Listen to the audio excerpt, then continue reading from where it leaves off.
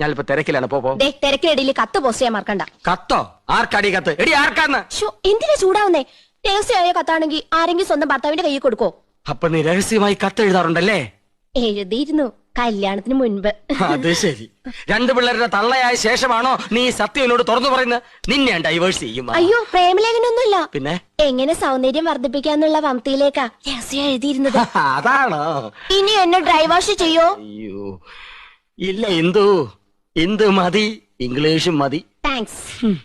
ഈ കത്ത് വീട്ടിലേക്കാ. ഇക്കുറി വിഷുവിന് ഞാൻ വീട്ടിലേക്ക് ചെല്ലില്ലെന്ന് അറിയിക്കാനാ.